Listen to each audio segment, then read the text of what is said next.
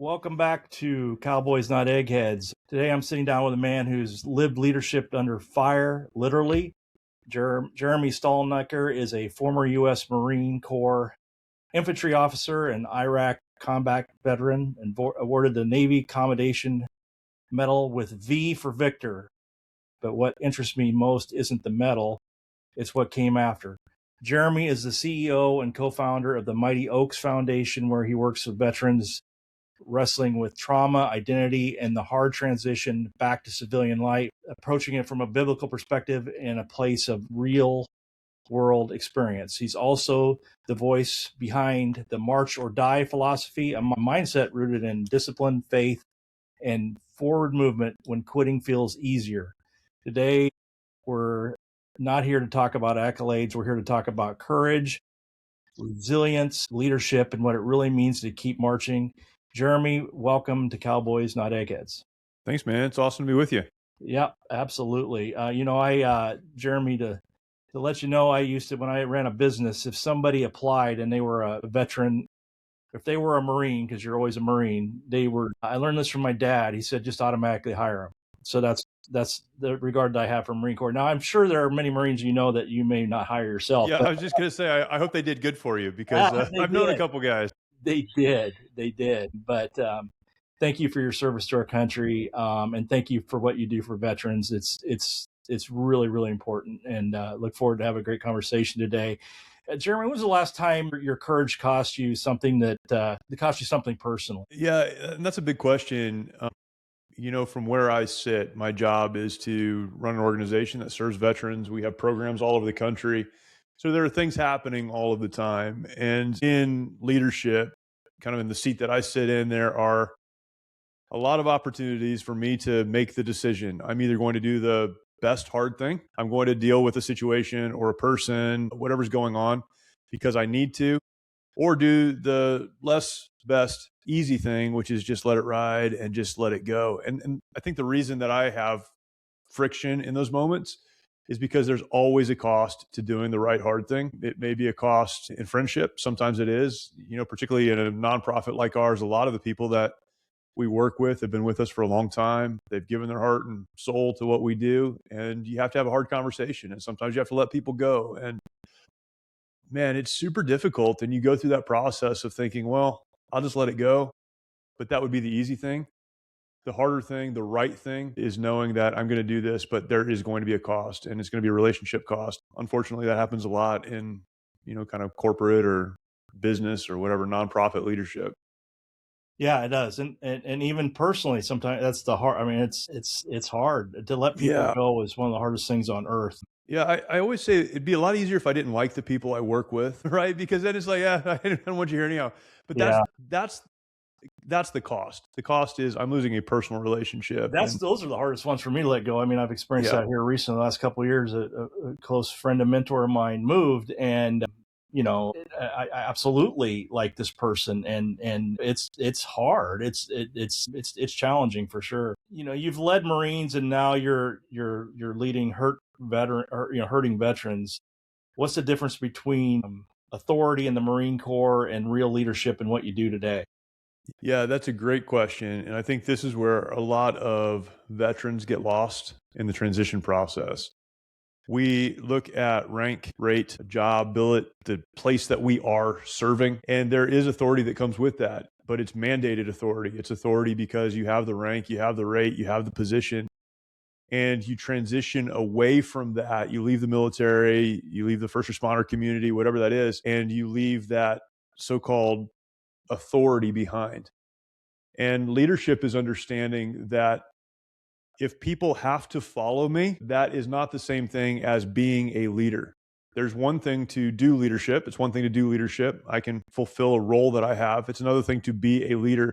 And as people transition from one role to the other, they have to understand that leadership is about serving the people that you have authority over, people that have been brought into your life. And so authority and leadership should not be conflated.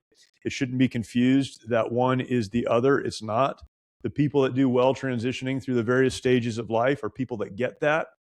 But leadership is saying, what do I have available to me for the benefit of those that I lead? What resources, what opportunities, what influence do I have that I can leverage on the behalf of the people that I lead, that I serve? How can I take them from where they are to where they need to be? How can I make them better? And that is really, to me, the essence of leadership. Authority is something very, very different. That can be bestowed upon a person. That can be earned because you started the thing and now people have to follow you. Authority is very different than leadership. And getting that right will pave the way to good transitions from one phase of life to another. You bet. 100% agree. You work around a lot of men and women, obviously. But what do you think most men get wrong about resilience? Well, I mean, is resilience toughness or is it something else? It is something else. There's a quote that I love. A book was written by a guy. His moniker, his title was Lord Moran. Lord Moran was Winston Churchill's personal physician, beginning in World War II, or kind of just prior to World War II. But he was with Winston Churchill all the way into the early '60s when Churchill passed away. So he's with him for a long time. And in the middle of the war, for whatever reason, he decided to write a book, and he wrote a book called The Anatomy of Courage. It's a great book. I encourage everyone to go and read it. The Anatomy of Courage. And it was his look as a physician, as a surgeon, it was his look at what today we would call post-traumatic stress. So that didn't have that name at the time, but that's what he was examining and trying to figure out. And he went back to when he was a physician in World War I. He was actually stationed with soldiers in the trenches of World War I. In the process of that, he observed that there are daily bombings, there are these threats to life, all of these things happen, and some people will encounter what at the time they called shell shock. They just can't take it anymore. There are different degrees of shell shock. It's what, again, today we'd call post-traumatic stress. So there are those who responded that way, and having an emotional, nervous breakdown. And again, we've looked at that a lot since then, but that's how he looked at it. They break down. And then there are those who, in the same exact situation, same exact circumstance, they continue to act courageously. They go out into the firefight when there's a firefight to be had. They function well. They get through that time, however long it is. They get through that time in a good way. So what's the difference? And this is where the title came from, The Anatomy of Courage. What is the anatomy of courage? What makes someone courageous? He breaks that down throughout the book, but in the beginning of the book, he makes this statement. I observed, so he's watching people, some are doing well, some not so well. I observed that a man of character and peace is a man of courage in war. A man of character and peace is a man of courage in war. And he went on to explain, and this is a big part of the book, he went on to explain that the person who is mentally prepared, who is in the sense of character, they put the right things in, they know who they are, they have the support systems around them, all those things, they are prepared. We might say it this way, they've pre-decided who they are before the bombs drop, before the difficulty comes into their life. Those are the people that move through it in a great way. And I think that illustrates so well what resilience is and what it requires. Resilience is having the ability to bounce back. And this is very simple, right? A clinician would give us a larger breakdown. But basically, what is resilience? To be resilient means you have the ability to bounce back. You know where you're going.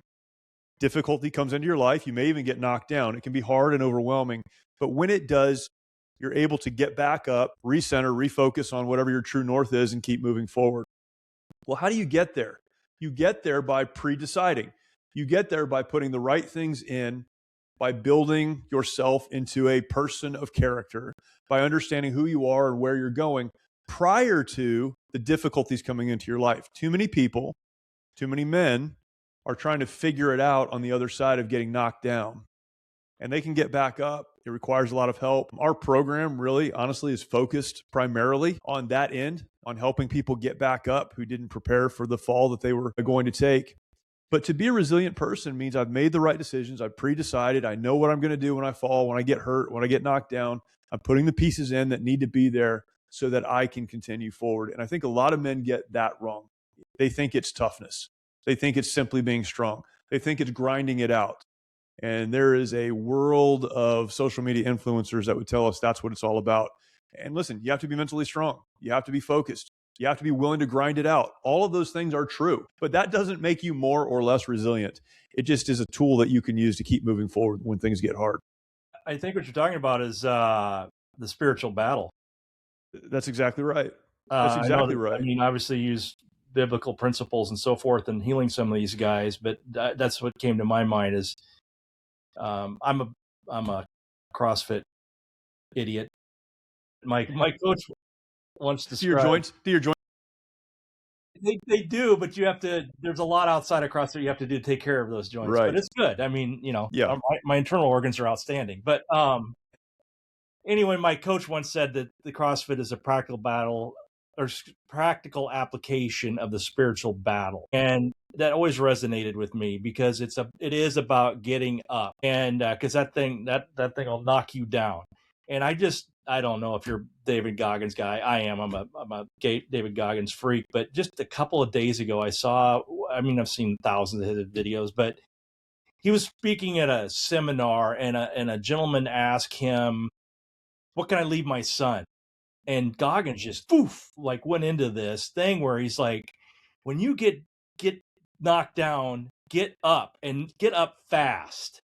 And that word fast really resonated with me as well. And so, Goggins is kind of a grinded out kind of guy, but there's more to Goggins than that. He understands that you've got to change your mindset to be prepared, because life is going to knock you down regardless of where you're at. It's how, are you going to lay there, or are you going to get up fast? Right. And I think, Right. I don't know, those are the two things that came to my Yeah. mind in your eloquent answer there. Yeah. You're fighting a spiritual battle, understand that, and then get up fast, let's Yeah. go. It really is having clarity around the actual fight, the actual battle. So knowing what you're doing and why, and then recognizing there are tools that can help you to move forward when the battles come, right? And so to your point, it is a spiritual battle. There is a very real spiritual force. So whether, people want to acknowledge that or not, I don't know how you could look around our world and not acknowledge that. But there are very real spiritual influences that want to prevent us from being fully who God created us to be. And in the process of that, often it's a lack of identity. I don't know who I am. This is why I would say, as a Christian and through our program, I would say you need to learn to identify with that which does not change, with God who is outside of space and time. Your job may change, your role may change, your relationships may change. God doesn't change. And so we identify with God, we identify with what Jesus did for us. So that's where I would start, with a clear identity and understanding there's a spiritual war. Why is that important? Because we need to understand that there's more at stake than just what we can see and maybe get our minds around. That God has a purpose for us, that He created us to do something important and to accomplish something important. And if we're not careful, we can get so wrapped up in the world around us and the brokenness and the hurt and the challenges and the difficulties and the traumas of the past, the rest of it, that we don't fully live out what we were created to be and created to do. In His image. And we have to understand that first. So then you look at tools. Okay, how do I do that? Well, I put the spiritual pieces in place. I know who I am. I understand that. I'm rooted in a clear theology or understanding of who God is and my place in the world. So that's a tool. I have the right community around me. So I have people that can help me get back up when I get knocked down. I'm not waiting to get knocked down to find people that can help me. I'm plugged into a great community, hopefully a community of like-minded people. And then I regularly, and to your point, regularly do hard things, whether it's CrossFit or something else. I train jiu-jitsu. I run ultra marathons a couple times a year, right? I do, not because I'm good at any of those things, but because the process of grinding, it's a mental process. You're exactly right. And I know, look, there's nothing you can throw at me that's harder than something I've already done. So I'm going to get back up. I have trained my mind and my body and my systems to have the response that when I get knocked down, I get back up. And because I've already put the right spiritual pieces in place and I've got the right community around me and I've had the right thoughts and I've made the right decisions, all of that works together for what purpose? To help me to fulfill what God created me to be. And so it all works together, but it's understanding there are tools and there is the goal or the mission. I think sometimes we get that mixed up, where I like Goggins. I get a lot of inspiration from him. I think some people take what he says, though, and they make discipline the goal or discipline the target. That's not the target. It's a tool that helps you to get to the target, which is continuing forward and accomplishing your God-given purpose. Yep. Agree. 100%. Let's get back into leadership a little bit here. What belief do you hold about leadership that would make some people uncomfortable? Well, I alluded to it when we started talking, but I wrote a book on leadership, and the struggle I had with leadership and the reason I wrote the book was because I came out of this military culture. I was an infantry officer. So I would argue I went to the best leadership schools in the world. I went to officer candidate school for the Marine Corps. There's another school to follow on for all Marine Corps officers called the Basic Officer Course. It's 6 months long. Every Marine Corps officer goes to that school. And then from there, you go to your MOS school, the school that teaches you how to do your job. I was an infantry officer, so I went to 10 weeks of infantry officer course, which is focused on understanding how to lead Marines in combat. That's the only purpose of that school. For 10 weeks, you go through that. Then I had the opportunity to lead Marines through normal deployment cycles, then leading Marines in combat. So I felt like I had been trained to lead. I thought I understood what leadership was. Leadership is confidence. Leadership is being the loudest guy in the room. Leadership is being the guy who says, we're going over there. Leadership is being that guy. Leadership is also tied to rank. Leadership has all of these components to it. So I understood that. I left the Marine Corps and transitioned into full-time ministry. That's a whole story in and of itself. And in the transition into ministry, I became very frustrated, which led to anger, which led to a lot of problems I had to have people help me work through.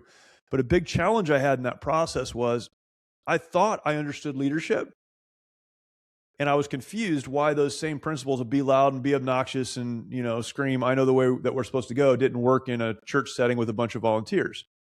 So I had to step back and go, okay, well, then what is leadership? Well, in the church world, people know this. In the church world, there's this concept called servant leadership. Some would call it spiritual leadership. And so I got every book I could on those topics. Some are very helpful. Some I still read today. But as I read them, I started to come to the conclusion that what a lot of Christian authors and influencers call spiritual leadership or servant leadership is really the same thing I was doing in the Marine Corps, but now you attach God to it. So I defined it this way, and this is not fair to a lot of people. I know that. There are a lot of great leaders in ministry. But the conclusion I came to in that moment was a lot of this spiritual leadership is manipulation, but you attach God to it. So now you can get God to be responsible for getting those people to do what you want them to do anyhow, right? I want you to do this, but I'm kind of couching it in spiritual language, so you think God wants you to do that. So then I'm in between these two things. So I'm like, well, this doesn't seem right, and this doesn't work. So what do I do? And I worked through that for a long time. And then the book that kind of came out of that was just me trying to process it and understand it. That was a really long intro to your very simple question. Here's what I settled on. It's not a simple question. It's a deep question. So that's what brought me to this. And here's where I settled. I settled on a definition that for me, leadership is taking people from where they are to where they need to be. Leadership is taking people from where they are to where they need to be. As I mentioned in the beginning, it's using every resource, opportunity, the leverage I have, the relationships I have, whatever I have, for the benefit of the people that I lead. It's not about manipulating them to get what I want. It's not about using them to accomplish some goal that I have. It has nothing to do with me. Now, in a corporate sense, in a workplace environment and other environments, there may be a larger goal. We need to do this together to accomplish whatever the goal or the mission is of the business or whatever. But it's not about me as the leader. It's about you as the person I have the opportunity to lead. How can I take you from where you are right now and help you to get to where you really need to be? Now, the caveat with that is accomplishing that looks different in every environment. So in the military, my job was the same. It just looked different. There were different tactics, techniques, and procedures. That's what we call it in the military. Different ways to accomplish that. In my family, there are different ways to accomplish that. In ministry, different ways to accomplish that. In a business, different techniques to accomplish that. But fundamentally, a leader is someone that recognizes my job is not to get what I want from people. My job is to invest everything that I have in the people God has placed into my life to lead them, so that at the end of the day, they're better off than they would have been if they didn't have a relationship with me. That's not revolutionary. People talk about that. I just don't think functionally many people believe it or try to exercise it. Right.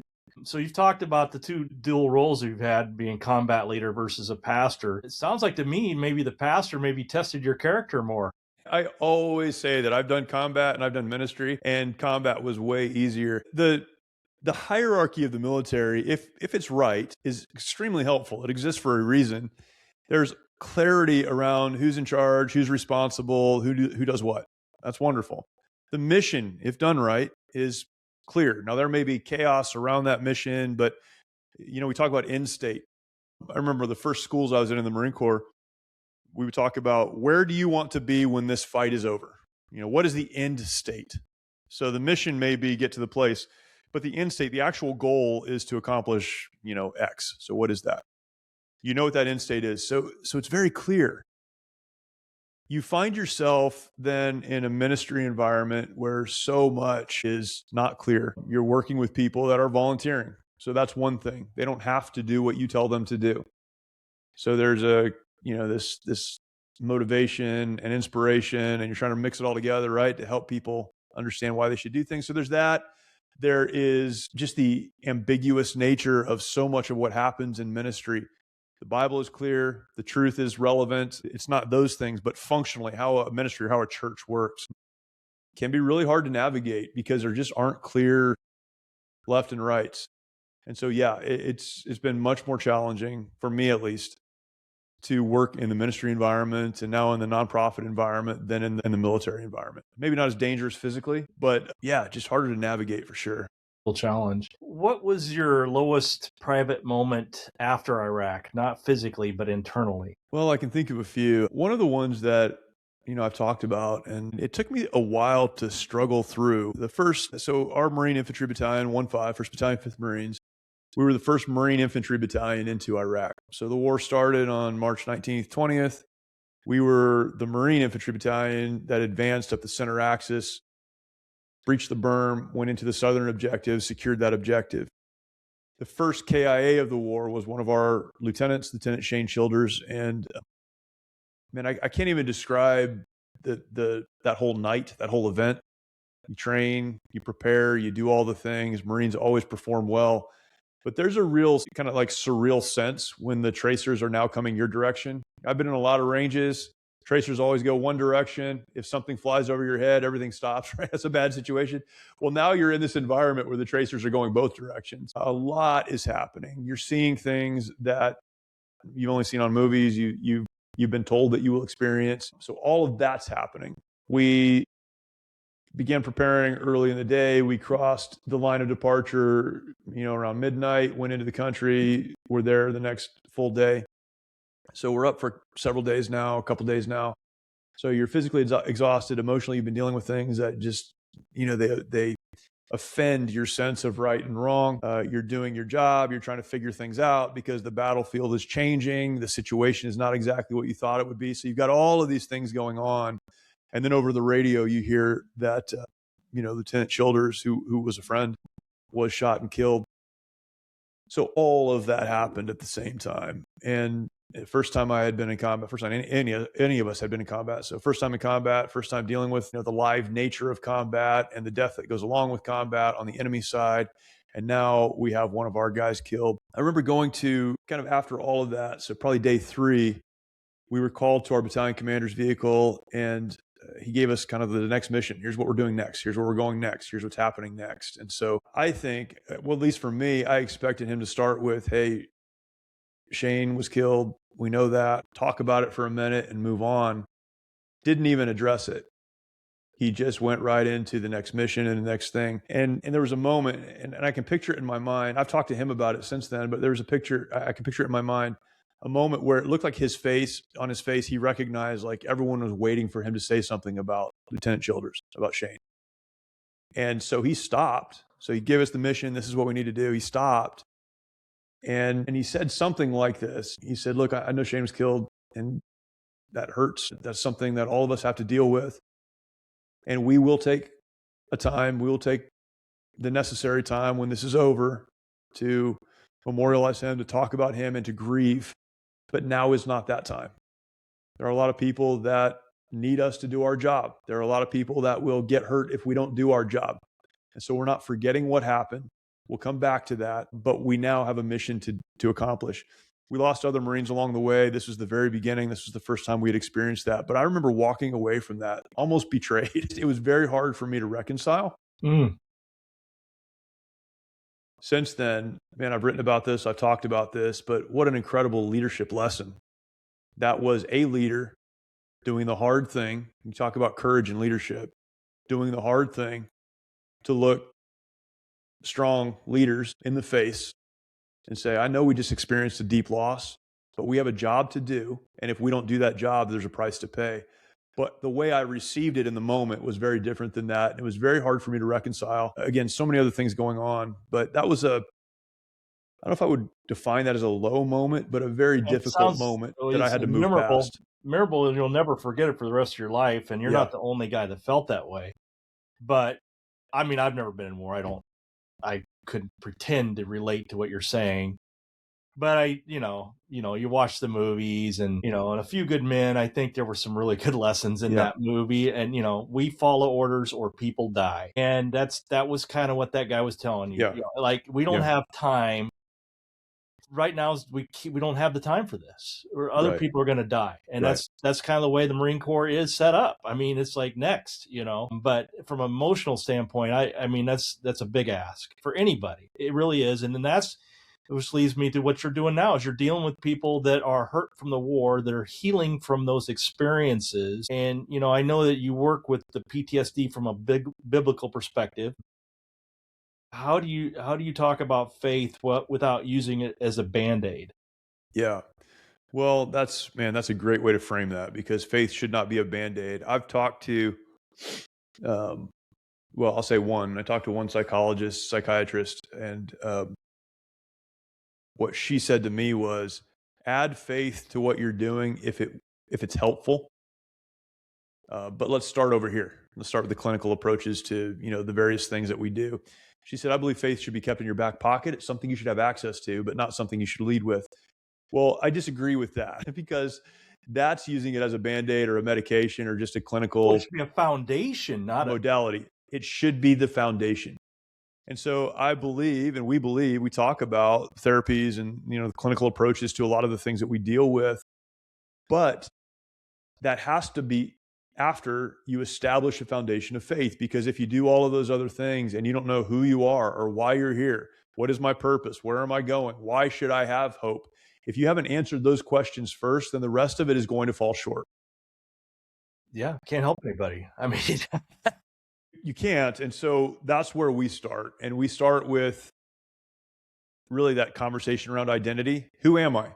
So one of the struggles that you're having, and one of the reasons you're self-medicating or you're taking prescription medication that numbs you out, or you're getting involved in these things, is because you don't know clearly who you are right now. And if you don't know who you are, you haven't identified, this is who I am, then you don't know why you're here. So you don't have a clear identity. You also then don't have a clear purpose. And if you don't have a clear purpose, then there really is no hope, because nothing gets better. I don't even know why I'm here. There's nothing that I look down the road and think this is going to get better. This is going to make this situation better. So without clarity around my purpose, there's no clarity around, or no clarity around my identity. There's no clarity around my purpose. And if there's no purpose, there's no hope. And if there's no hope, then I either need to just numb myself out, dive into as much enjoyment as I possibly can until, I spin out, or, and a lot of people make this decision, just end my life, because there's really nothing here. And so we start with that conversation around, who am I? Out of uniform, out of that job, who am I? And then what does that mean? And we use a biblical framework. This isn't just us telling you what we think you should do. This is from us, God the creator. So he created. So if he created, then there's design. And if there's design, we need to understand what that is. What did he create us to do? How did he create us to act? How did he create us to think? How did he create us to feel? How did he create us to interact in relationships? And so we just walk through that and just go, this is what the Bible says about how you should function in this world. One thing that makes this really accessible, I think, to the students that come through our program, though, because you could go to a Christian program, you could go to a church, you could go to a lot of places to get the same information. But one of the things that makes this accessible is that every instructor in our program, everyone who leads a breakout, a team, started as a student. And so they all came through as students, and then they come through a long process, about a year-long process of leadership training. And then they're standing in front of a class of people with a similar background to them. So now if someone's sitting on the couch or sitting there, they're listening to someone talk who was in combat, was in the military, was a first responder, whatever the case. So there's a shared background or shared experience. And that person standing up there is not a pastor. They're not a clinician. They're not a doctor. They're none of those things. They're a person just like the people they're talking to. And before they teach a class, we require them, as part of the process, to tell their story. So they get up. This is who I am. These are the things I did, the struggles that I had. I ended up here. This is what I learned while I was here. I don't have it all figured out, but I know where you are because I've been there. Mm-hmm. And I just want to help you walk this out, and we're going to get there together. So it becomes very much a peer-to-peer, let's get there together environment. And so the conversation around faith is very organic because it's not, again, a pastor trying to convince people that faith is important. It's someone standing in front of the class saying, I tried everything else, and you guys have probably tried everything else, and something was missing. And I found the missing piece. The missing piece was that foundation of faith. And we're going to talk about what that looks like. Awesome. What's the difference between, for somebody who's not been through war combat, I almost feel guilty asking this question, but what's the difference between trauma and excuse? Oh, that's a great question. I talk about this a lot. So here's how I say it. There's a difference between a reason and an excuse. This is how I kind of frame that often.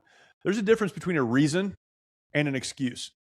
What happens often is that people will excuse their bad behavior because of a real thing, because of a reason. Well, it's okay to have a reason. It's not okay to excuse bad behavior. So it's okay to say, I feel this way because of the trauma that I've experienced, or whatever's gone on in my life that's brought me this place.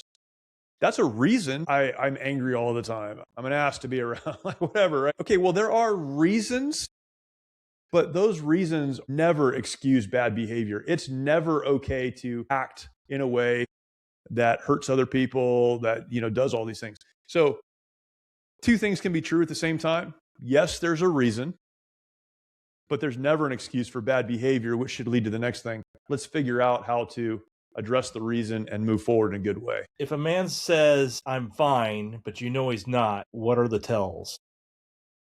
I mean, I'm sure you've seen lots of people like this. I mean, the easiest answer to that is just withdrawing. It is someone that does not engage in meaningful conversations, that doesn't really have meaningful relationships, that is withdrawn, that is isolated. That's probably the easiest answer to that question. What's funny though is I think as men, we have an intuition about that. We know when a guy is putting up a facade, is not addressing things that are real. It's funny. So you say you've come from the CrossFit community, and in the jiu-jitsu community is very similar. Like, the joke is always like, how do you know someone trains CrossFit? Because they tell you, right? Oh, yeah. Well, the joke is the same for jiu-jitsu. How do you know someone trains jiu-jitsu? Because they're going to tell you, right? Well, those communities are very immersive. And I think a lot of people find, tremendous relationships there, a great community there, and people that encourage them. And so they're very helpful in that sense. And a lot of hurting, broken people, particularly men who are struggling with trauma and just difficulty in their lives, find themselves in those communities because you can go deep, you can grind, you can hurt, you can build relationships with people. But if you really take a step back and look at what's happening, it's extremely superficial, which is crazy that you can spend 10 hours a week with someone. I mean, in jiu-jitsu, 10 hours a week rolling on the ground with someone, whatever. It's very close physically. You do know about people's lives, kind of. You're sort of involved in what's happening, but nothing real is happening. No real conversations, not addressing anything substantial in most cases. Yeah. So we have an intuition for that. And I think it's trust your intuition. This is something I've really had to learn because I'm kind of a live and let live kind of person, naturally. This is not my, okay, you want to do whatever you want to do. It doesn't matter. It does matter, but I'm not going to dive into your stuff, right? Well, trust your intuition. If you feel like someone is withdrawing or someone's not having a real conversation about something, pull them out of their environment take them to coffee. Hey, let's get some coffee and talk and come up with a reason. I like what you do in business. I'd love to talk about that, whatever. Come up with a reason and just develop a genuine relationship with someone. And a lot of times that will lead to those deeper conversations. But yeah, there are signs, people isolating, people pulling back, people unwilling to have conversations about anything that is, emotionally or spiritually or relationally deep in any way. A lot of high performing people are people who are really hurting, which is really interesting. Yeah. You see this so much in the ultra marathon community, where people who can grind for 20 hours, hard, strong people are so broken and so hurt, and they're trying to cover that up with the other stuff that they're doing, but they won't ever talk about anything real. Yeah, trust your intuition on that one and go out of your way to just develop a real relationship. Don't back someone into a corner, but just develop a real relationship with them. Yeah. That was my favorite question to answer in the entire podcast so far. That was awesome. So let's shift in a little bit into your march or die philosophy. The title of this podcast is going to be called March or Die. So All right. What does march or die really mean? Is it discipline? Is it faithfulness? Is it movement? Is it obedience? Explain it to me like I'm a 19-year-old Marine. What does march or die mean? Yeah, well, that's why I like the phrase march or die, because it's Marine proof. So I'll tell you where it came from. It checked in as a young second lieutenant to Charlie Company, 1st Battalion, 5th Marines. It was a rifle company. Great job. I loved leading there. It was fun. I learned a lot. But there was a motto. They had a motto. It was on a T-shirt. Every Marine unit has a T-shirt with a motto on it. And for some reason, there's always a skeleton. I don't know what all that means, but the motto for Charlie Company 1-5 was march or die. And I remember reading that. I'd been there for a day or something. And I saw, I'm like, that's brilliant, because it makes so much sense. You can stay where you are and die, or you can march. You can take the next step. I learned later that, like a lot of things in the Marine Corps, that was ripped off of the French Foreign Legion, right? So they didn't create it. They just stole it from somewhere, which is kind of Marine thing. But I always loved that saying. Somebody from France military made that up, but okay. Yeah. Yeah, we stole it. It was the Foreign Legion, so not really French, right? So I always loved the saying. Well, fast forward several years, I found myself, in a pretty intense firefight on a bridge in Iraq, and that's what I write about, and I draw from that 5 principles of resilience. But the fundamental principle is that march or die principle. We got into this firefight. Things didn't unfold exactly as we had hoped. It was an ambush situation. We dealt with one enemy unit. We had to push to the top of the bridge to deal with the mortars that were falling around us. It's kind of a big story, lots happening. And so I pushed our unit up on top of this bridge, and it got us to a place where we could see the enemy, but it also put us right in the middle of the X. This is where they wanted us, because it was a pre-planned target. So there were these mortar positions. Where they were trying to push us to was right where I pushed us to. And the mortar rounds fell around us. It went from bad to worse. And it was getting worse very, very quickly. And it's crazy what you think about right in those moments. But for whatever reason, that stupid motto popped into my mind, march or die. Like, shoot, like, we stay here, we die. That's going to happen. It's inevitable. It's just a matter of minutes. Or we can just get off the X, get to the next place and address the enemy. And it happened that fast. The Marines moved fast. Obviously, we didn't die on top of that bridge. We moved to the road, dealt with that enemy, and came out on the other side of that. But when that was over, I obviously spent a lot of time thinking about that. And I've thought about that story, probably thousands of times since then. But that is, to me, like the most basic principle for living a resilient life. You find yourself in a difficult situation. Now, it may be traumas of the past that are holding you back. It may be an obstacle in front of you, something that happened you didn't expect, a relationship, a financial situation, doesn't matter. But there's something that's providing resistance. We'll call that the enemy. There's resistance. Resistance to what? Forward movement. Well, in those moments, you have to make a decision. Are you going to stay where you are and die? And I have to define die. This doesn't mean physical death. Although some people make that decision. I can't go forward anymore, so I'll just end my life. Lay down. When I talk about that, it's laying down. It's giving up. It's raising the white flag. It is that spiritual and emotional and relational deadness that a lot of people have, right? And we know these people. These are guys who've given up. Instead of engaging with their families, they play video games or look at porn or do whatever. They're not engaged in anything meaningful. Their family might describe them as emotionally distant. They're going to work, they're doing the stuff, but they're not accomplishing anything. They're dead. But that's a decision they've made. Life got hard, they made a decision.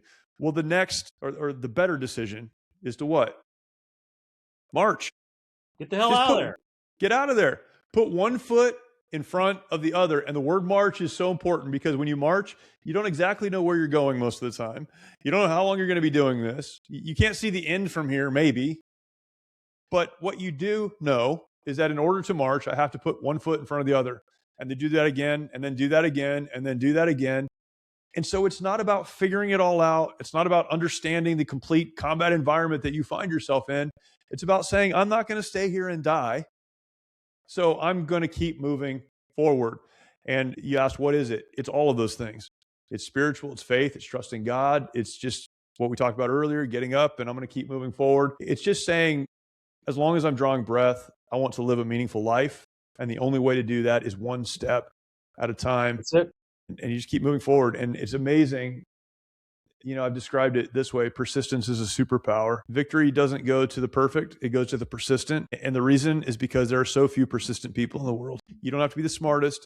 You don't have to be the most talented. You don't have to be the one that has it all figured out. Just be the one that doesn't quit. Just keep moving forward. And if you do that, you will find victory on the other side of that. So that's the philosophy. There are a lot of principles, a lot of things that I built around that and talk about. My podcast, that's what we talk about, how to move forward when life is falling apart. But that is the principle. If you know nothing else about what I talk about, other than that, that's all you really need. Just keep moving forward. I love the resistance thing, and I love, life is conflict. And yes, I had an earlier podcast of a dear friend of mine and mentor. It's actually a political leader, but he, I was very young when I heard him say this, but he said, and it's always stuck with me, and that is, without friction, there is no movement. So the friction is just a natural thing that occurs. Yeah, that's good. You're either going to stay, you're going to lay there and do nothing, or you're going to move, and it's all tied together. Yeah, and that is the whole thing. But a big part of it, and that's why conversations like this are so important. A big part of it is recognizing what you just said, because so many of us, we think, I'm the only one who's ever been through this. I'm the only one who's ever experienced this. No one else knows what it's like to feel this way or to do this thing. This is unusual. This is out of the norm. Like, no, man, this is life. Yeah. This is life. I talk to I have young adult kids, and sometimes they'll talk about, family stuff or whatever, work stuff. I'm like, yeah, welcome to being an adult. Like, this is what it is. And that's okay. But just recognize that and make a decision that you'll keep moving forward in spite of it. Yeah.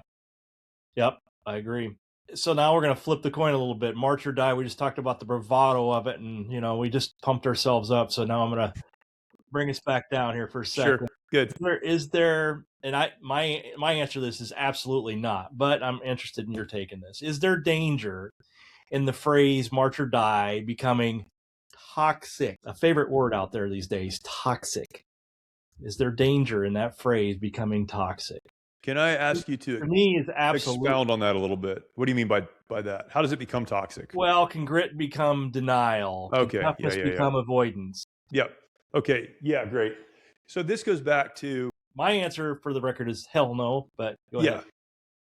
Yeah. I mean, I would say absolutely not. In fact, if you're breathing, the only way to live a life of meaning and value is to keep marching forward. Life, like real life, not just breathing, not just occupying space, but real life is progress. It's progress. I love to see, people in their 80s and early 90s or whatever who check out books at the library and they're reading self-help stuff, and they're, I know some folks like this at church. They'll be like, man, I just watched this documentary on this thing and I learned these things. Or I'll meet people in their, late 80s. I listen to your podcast. That was really helpful. I'm like, dude, that's crazy. Why? Because they've made a decision that as long as they're alive and as long as they're able to function, they're going to keep moving forward. Getting better. That is meaningful life. That's it. I do think, I probably wouldn't use the word toxic, but certainly misplaced. When people hear the phrase march or die, what they think that means is just keep grinding, try harder, get up earlier, do more. That is not even a little bit of what I'm suggesting, because that leads into this idea that the discipline of the thing is the goal. If I was just working harder, if I was just trying more, the reason my life is falling apart is because I'm a failure. And that is what people can take away from that. Again, it's saying I need to maybe reach out to some people that can help me with this. I need to put some pieces in place. Maybe I do need to grind. Maybe I know as I look at my life, I'm not trying hard enough. I'm not getting up early enough. I'm not putting in enough hours. I'm spending too much time watching TV. So it's honest self-evaluation. It can be all of those things, but it's not, the goal isn't just moving forward. The goal is moving forward in a meaningful way and accomplishing what God has set in front of you. And so I don't think it's toxic, but I think a lot of people, will say, someone said this to me yesterday. They use that phrase manosphere, right? You look at the social media world and you see so much of the manosphere, which is that it's just grind and try harder. If you cared more, well, dude, there are so many guys who just have nothing left to give. And if you tell them that it's just about trying harder, or the reason they failed is because they weren't doing enough, you might as well step on their throat while they're laying on the ground. Well, that's not what I'm talking about. It's no, about it goes back to keep purpose, moving forward. Man, let's have a purpose. Right. Have a purpose. Anybody in can it. grind, but if you're grinding without purpose, why are you grinding? That is exactly right. That's exactly right. Yeah. And so I think if people hear that phrase, march or die, and it becomes that, like just grind, that's not what I'm saying. But giving up, quitting, not grinding, that's not an option. No. But you're doing it for a reason. You're doing it because there's more to life than just staying where you are and being stuck. What does marching look like when you don't feel motivated? Because most people are waiting to feel ready. Like everybody's waiting for they're waiting until New Year's, or they're waiting until next week, or they're waiting this and that. So what does marching look like when you don't feel motivated?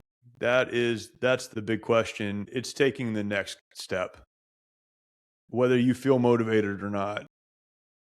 If you're waiting to feel motivated, you'll never do anything difficult, because that natural friction exists. We talked about that. Those obstacles, those challenges come into your life and they're present. And if you're waiting to feel like you need to move forward, you never will. If it's watching another video or listening to another podcast or reading another book, and that's what the thing that will motivate you, you'll be motivated today and then you'll wake up tomorrow and feel a whole lot less motivated.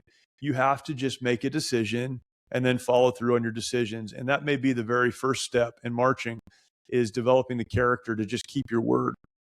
I think often starting small is the answer.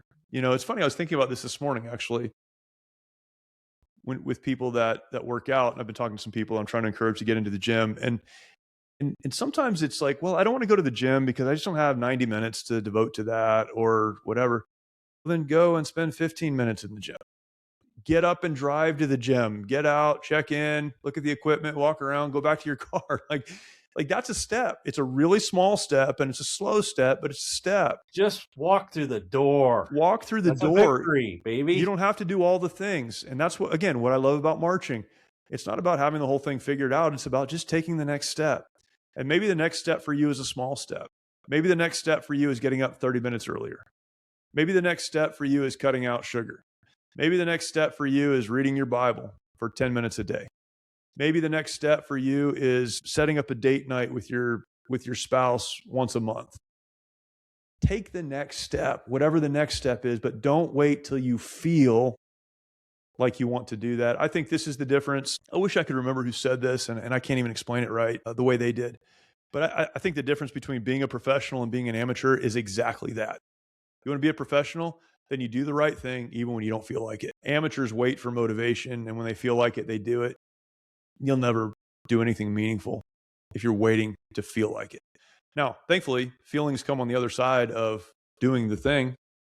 It's amazing how you go to the gym and say, I'm only going to be here for 15 minutes, and you stay for an hour and a half, right? Motivation comes, but motivation follows doing the right thing. Absolutely. Last question, sir. This has been a great discussion. I've really enjoyed it. If you could look at the 22-year-old version of yourself before Iraq and give him one sentence, what would it be? I probably have paragraphs, not just one sentence, but I think probably the 22-year-old version of myself needed to be a little more humble and needed to be connected to people in a real way that were further along than I was. And if I had had those people in my life early on, I would have avoided some real hardship. So be humble. A 22-year-old Marine infantry officer is not known for his humility. Be humble and surround yourself with the right people who can help you move forward. Yep. Great advice. Jeremy, how do my listeners get a hold of you? If you're a veteran, I mean, basically, if you're a veteran in need and you are hurting and need someone to reach out to, I think you'd be a great step, a great first start here. How would someone get a hold of you? Where do we find you? And tell us where we get a hold of your podcast and all that good jazz. Yeah. Give us all your places to go. All right. Well, it's real simple for me. Jeremy Stalnecker on any social platform. It's all there. So you can find me. Stalnecker. Of course, we'll have all this in the description. But that's it. And you can find me, on whatever social platform you like. And then from there, you can learn about the podcast and the other things. But probably the easiest starting point for those who are looking for help, whether it's resources or a program or whatever, is just Mighty Oaks Programs, mightyoaksprograms.org. That's our website. And from there, everything is linked out and everything's explained. So yeah, check it out. No cost to the service member, first responder to attend the program, no cost for travel to get to the program. We do everything we can to eliminate any barriers and get you the help that you need. So please check it out. Great. That's awesome. I hope our listeners, even if you're not a veteran yourself or you know somebody in need, maybe we can point them in the right direction. Jeremy, I really appreciate your time. Great conversation, and best of luck in your endeavors. You're doing big guys work, and I appreciate it. Well, thank you. I appreciate the conversation and the time. Thanks for it.